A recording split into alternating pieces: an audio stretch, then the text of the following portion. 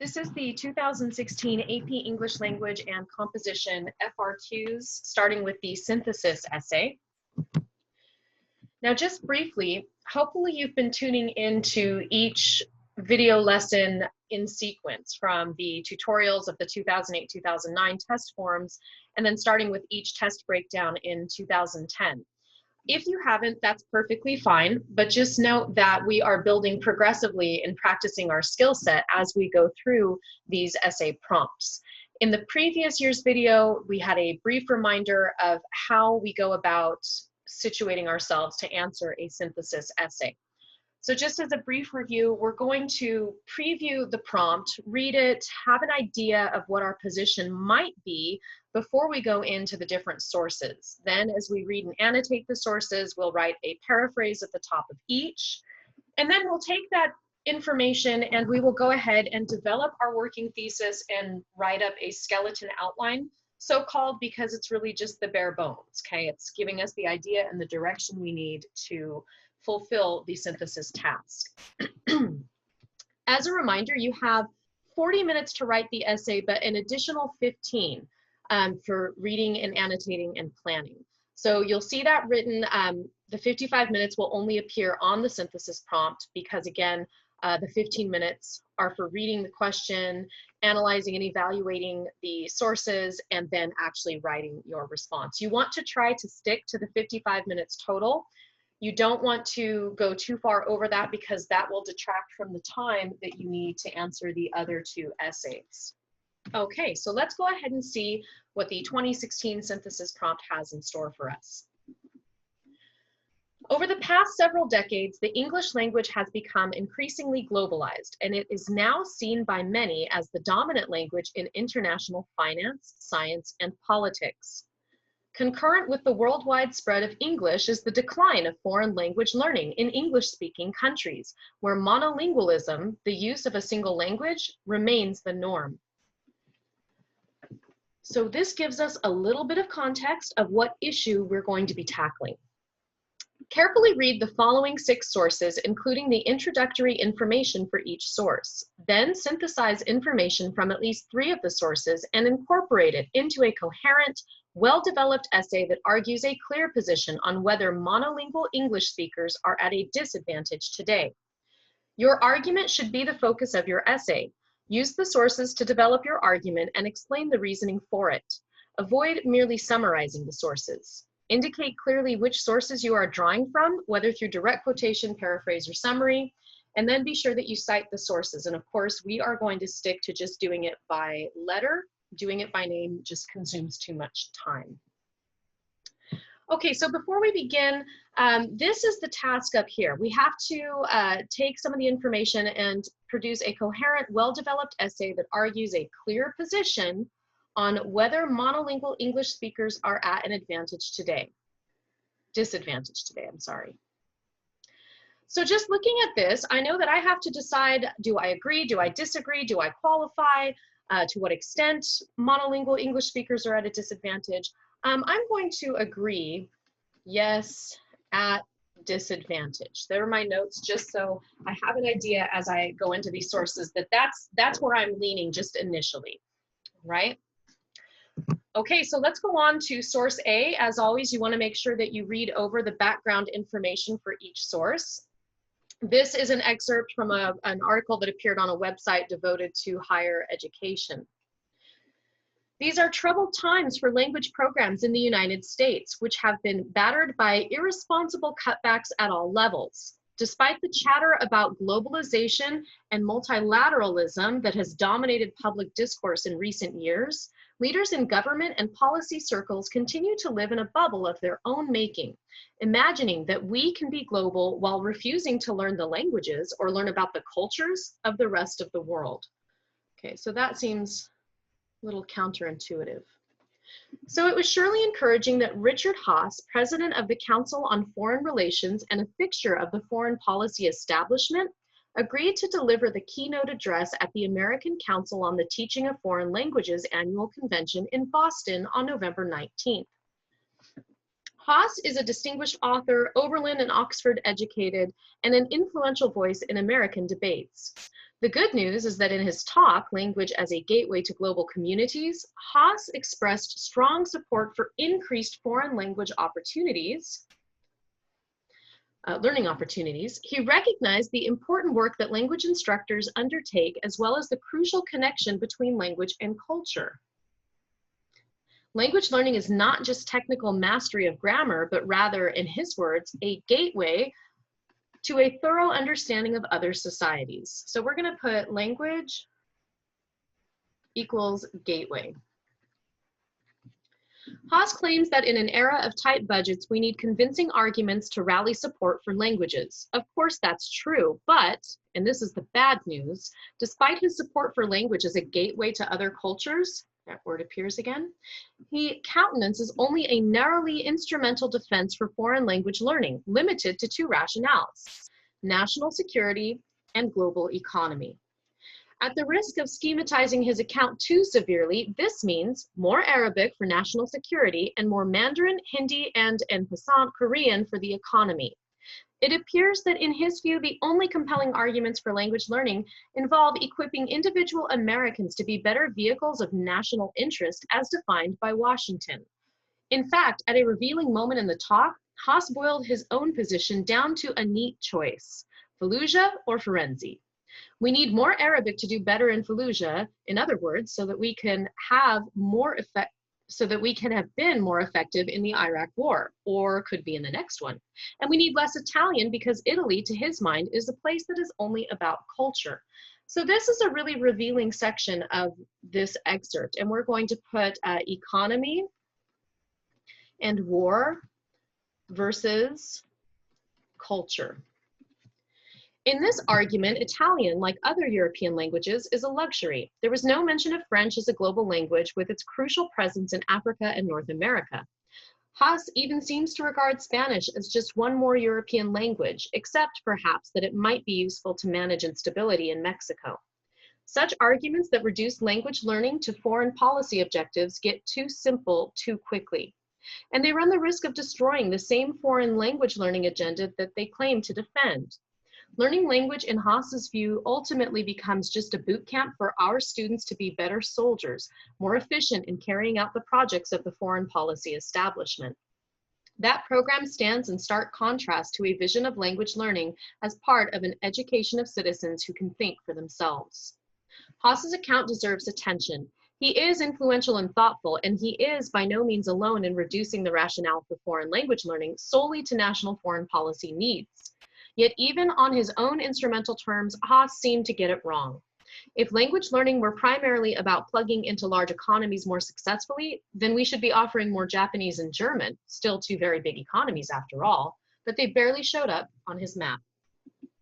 The much more important issue involves getting beyond instrumental thinking altogether, at least in the educational sphere. Second language acquisition is a key component of education because it builds student ability in language as such.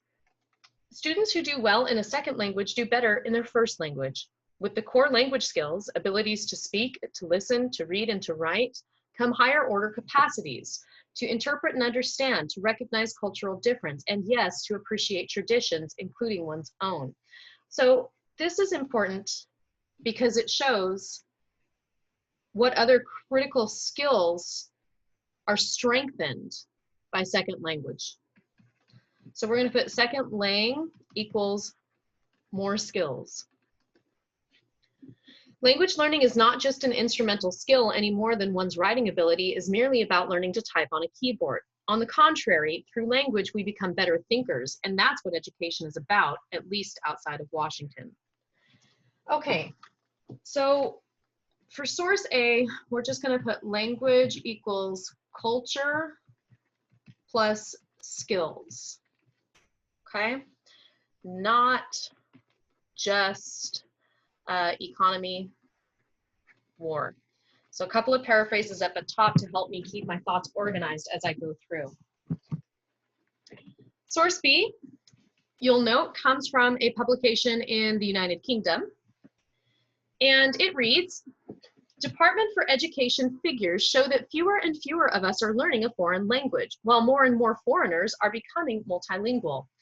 This, say distraught commentators, will condemn us pathetic little Englanders to a life of dismal isolation while our educated, sophisticated Euro competitors chat away to foreign customers and steal all our business as a result. In fact, I think those pupils who don't learn other languages are making an entirely sensible decision. Learning foreign languages is a pleasant form of intellectual self-improvement, a genteel indulgence like learning to embroider or play the violin. A bit of French or Spanish comes in handy on holiday if you're the sort of person who likes to reassure the natives that you're more sophisticated than the rest of the tourist herd. But there's absolutely no need to learn any one particular language unless you've got a specific professional use for it. So we're going to put no need to learn. Consider the maths. There are roughly 6,900 living languages in the world. Europe alone has 234 languages spoken on a daily basis. So even if I was fluent in all the languages I've ever begun to tackle, I'd only be able to speak a minority of my fellow Europeans in their mother tongues. And that's before I'd so much as set foot in the Middle East, Africa, and Asia. The planet's most common first language is Mandarin Chinese, which has around 850 million speakers. Clearly, anyone seeking to do business in the massive Chinese market would do well to brush up on their Mandarin, although they might need a bit of help with those hundreds of millions of Chinese whose preferred dialect is Cantonese. The only problem is that Mandarin is not spoken by anyone who is not Chinese, so it's not much use in that equally significant 21st century powerhouse, India. Nor does learning one of the many languages used on the subcontinent help one communicate with Arab or Turkish or Swahili speakers. There is, however, one language that does perform the magic trick of uniting the entire globe. If you ever go, as I have done, to one of the horrendous international junkets which film studios hold to promote their latest blockbusters, you'll encounter a single extraordinary language that, say, the Brazilian, Swedish, Japanese, and Italian reporters use both to chat with one another and question the American stars. This is the language of science, commerce, global politics, aviation, popular music, and above all, the internet. It's the language that 85% of all Europeans learn as their second language, the language that has become the default tongue of the EU, the language that President Sarkozy of France uses with Chancellor Merkel of Germany when plotting how to stitch up the British. This magical language is English.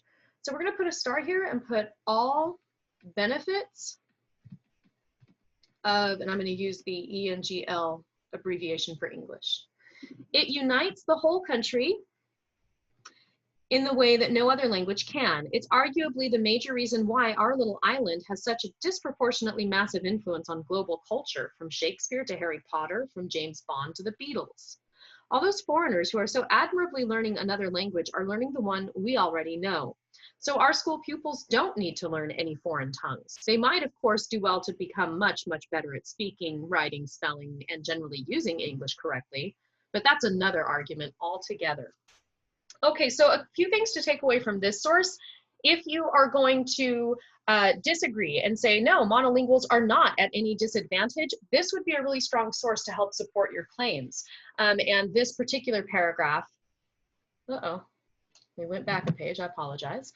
This particular paragraph here would be the one where it's the language of science, commerce, politics, aviation, popular music, the internet, all of the benefits. So up here, I'm going to put bilingual equals useless without profession. That whole idea that if you need another language professionally, fine. If you don't, you are wasting your time. Okay, so there are two sources that are going to show up that the College Board does not have the copyright permission to publish. You are more than welcome to look this up on the New York Times site. It's still there, and then you're not violating any copyright. I would encourage you to do so. And I'll pause for just a second. You can pause the video and do that. But what you will find when you go through C, if you look over it, that we're looking at some information that tells us approximately 20% of people speak their first language at home. And then globally, people seem to speak 1.5 languages. And if you're wondering how that would work, it means that you're completely fluent in one and then maybe you know enough to communicate in broken or pidgin, whether it's English or another language. All right. The first language at home would be not English. Okay. So this is questioning whether or not English speakers really are monolingual.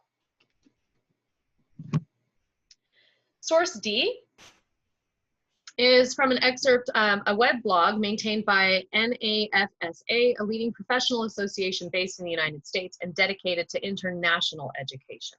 Okay, and it's titled Foreign Language Learning, What the United States is Missing Out On. So this tells us that the US, according to this author, is missing out on something.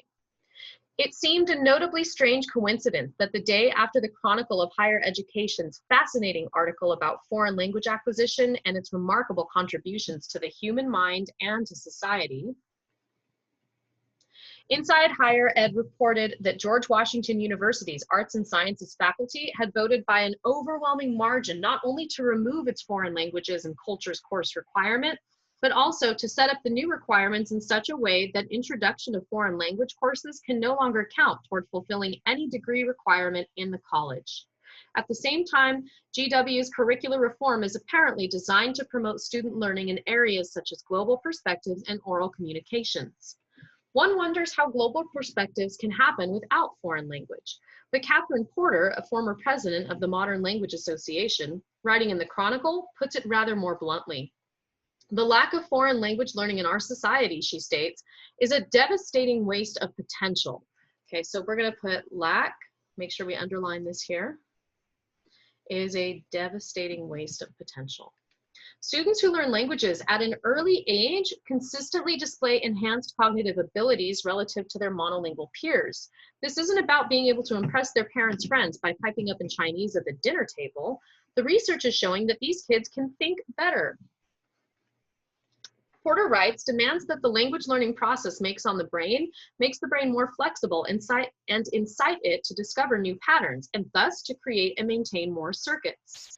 But there's so much more.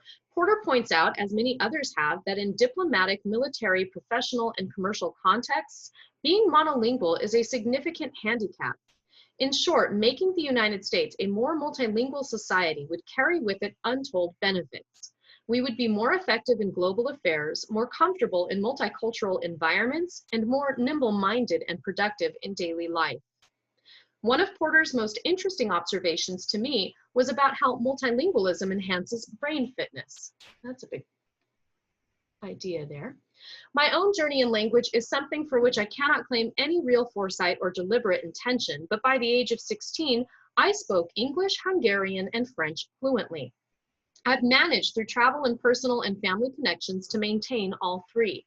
One thing I know for sure is that when I get on the plane with my mother and talk to her in Hungarian for 20 minutes, or if I have to type out an email to a friend in Paris, afterwards I feel like I've had a mental jog on the treadmill, strangely energized, brain stretched, more ready for any challenge, whether it's cooking a new dish or drafting an op-ed.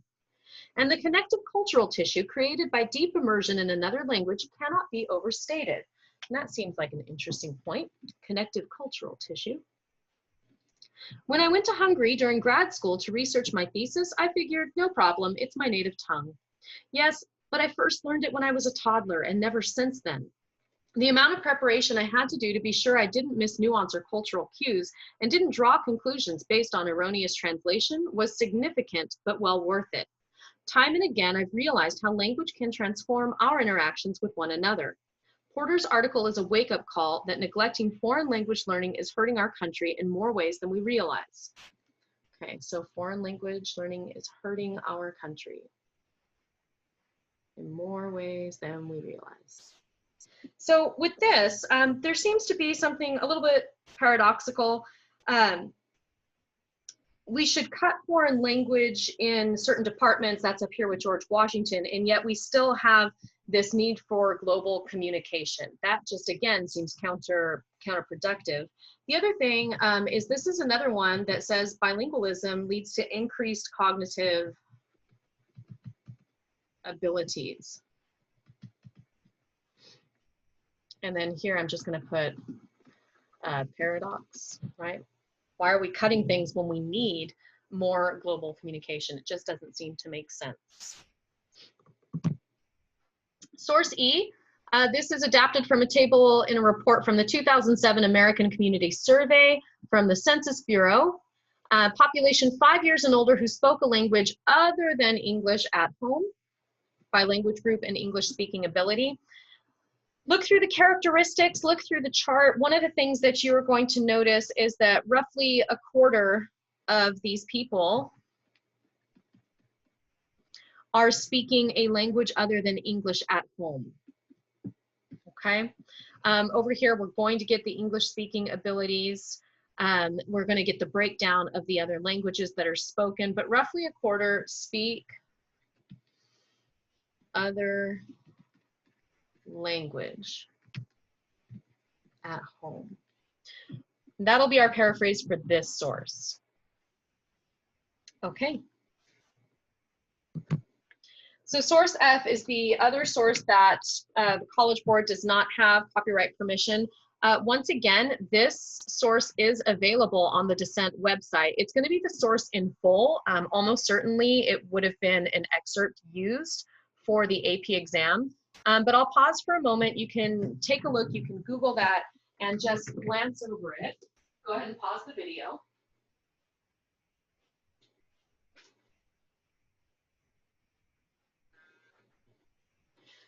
And what you will have found is that you're going to get some information that monolinguals are only prepared for specific tasks. In other words, learning only one language limits you in terms of what you can do.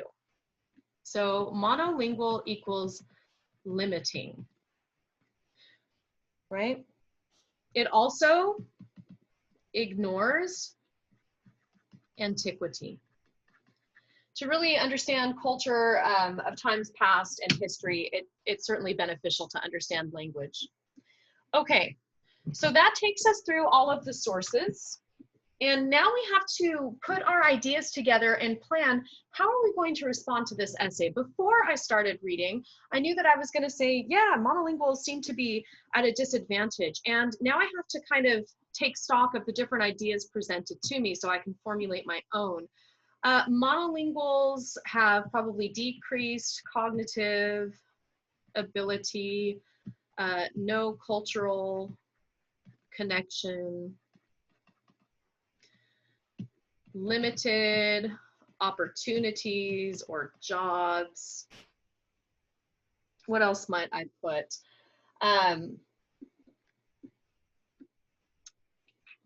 Cultural connection, jobs. A few other things that I might put, there is an increased need for globalization,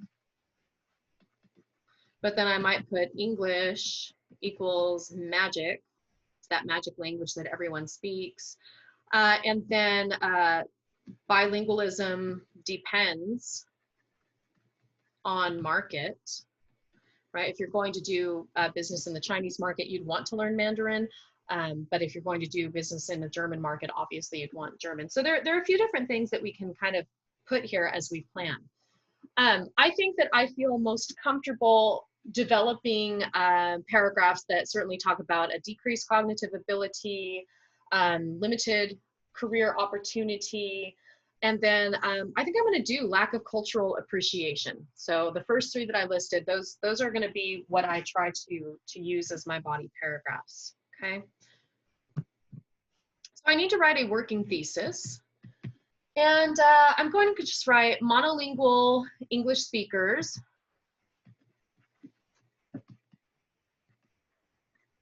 face numerous disadvantages. And I'm just going to use an abbreviation for now, including limited cultural appreciation,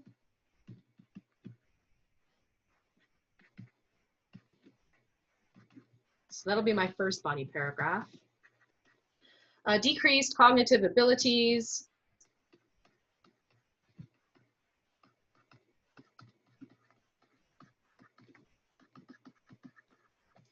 and restricted career opportunities.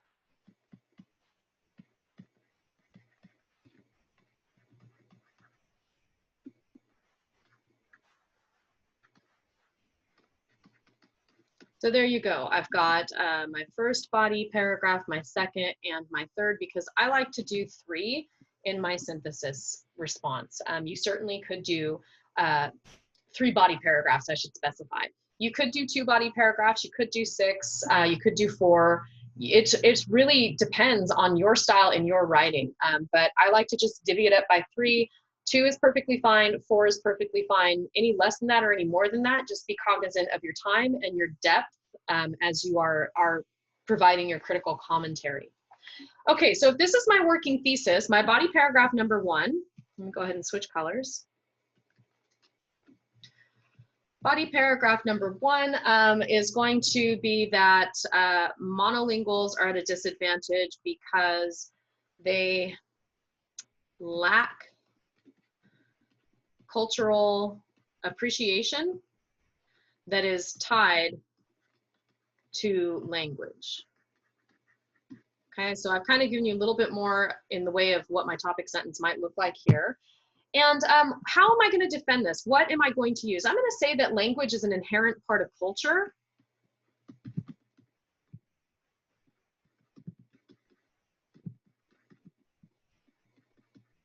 And I might say something along the lines of it reflects attitudes or ideas or history. And there are a few different sources that I can use for this particular line of reasoning, but I'm going to write source D here. And the reason is when the woman is talking about going back to Hungary and having to brush up on her Hungarian because she learned as a toddler, and she certainly needs more information than what she learned as a toddler so she doesn't miss the nuances of language. I can also use source A here, language as that bridge to culture.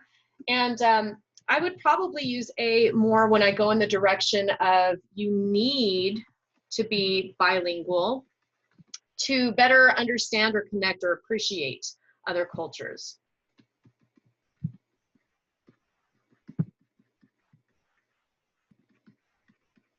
So that's where source A would be paired. I would probably also add, as I'm developing the cohesiveness of this paragraph, that being bilingual lends itself to greater tolerance and understanding.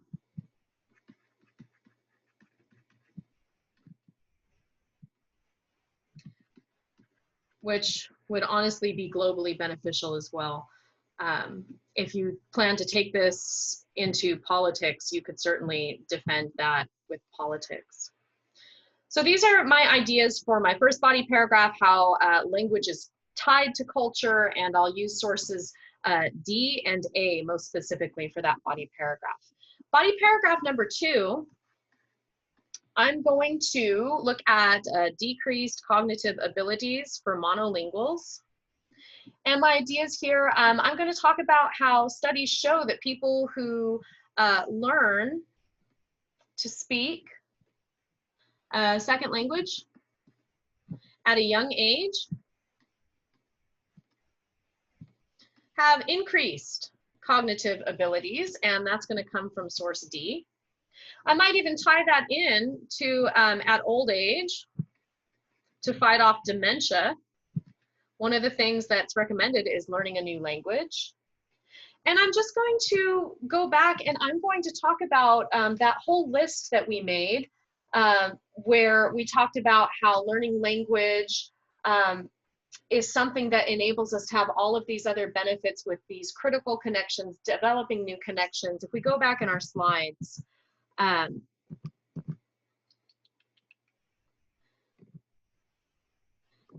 we have the crucial connection. It's down here where we do the core language skills. So it's source A, abilities to speak and listen, read and write, which lead to higher order capacities, interpretation, understanding, recognition, appreciation, and this whole idea at the very end that we then become better thinkers. So I will defend that with source A. So innovative way to learn. Also going to keep that at source A. Okay. Now you'll notice that the only sources we've used so far are A and D, and that's totally fine. We need at the very least 3 sources, but we like to try and shoot for 4. In planning for our final paragraph, body paragraph, we're going to say that monolingualism actually, sorry, body paragraph 3, monolingualism can restrict career growth or opportunity. And we're going to start this with the concession because we always want to show that there is another side to this position that we are assuming. So if I'm saying that yes, monolingualists are at a disadvantage, I'm going to start this body paragraph by saying that some believe that bilingualism is useless without a profession that requires that. And that came from source B. And then I might even back that up with the chart that demonstrates only a quarter of people are speaking a different language. So English at home in America, or even the UK if you wanted to use that source instead. This is 1/4, I apologize, it's not a very good fraction. That might be something that I could cite as well, that's source E. But then I might want to go ahead and continue by saying that being monolingual limits your capacity to work in a variety of industries.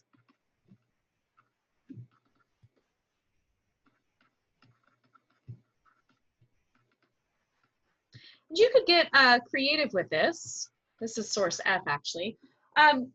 You could get creative with this. If you want to be bilingual, then you're more likely to travel or work with other people, to work in academia, to work in flight and transit, even military, as opposed to being monolingual where you're just stuck at home, okay?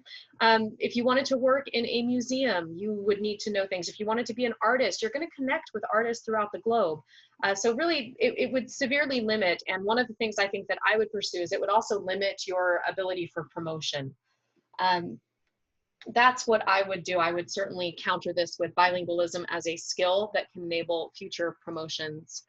And let me just write that. Bilingual skill that enables growth or promotions. Okay. So here we have our skeleton outline. We've got our working thesis. We've got our 3 body paragraphs with what our topics will be and what sources we can use to support our claims. Okay, thank you for tuning in. We'll see you next time. Bye-bye.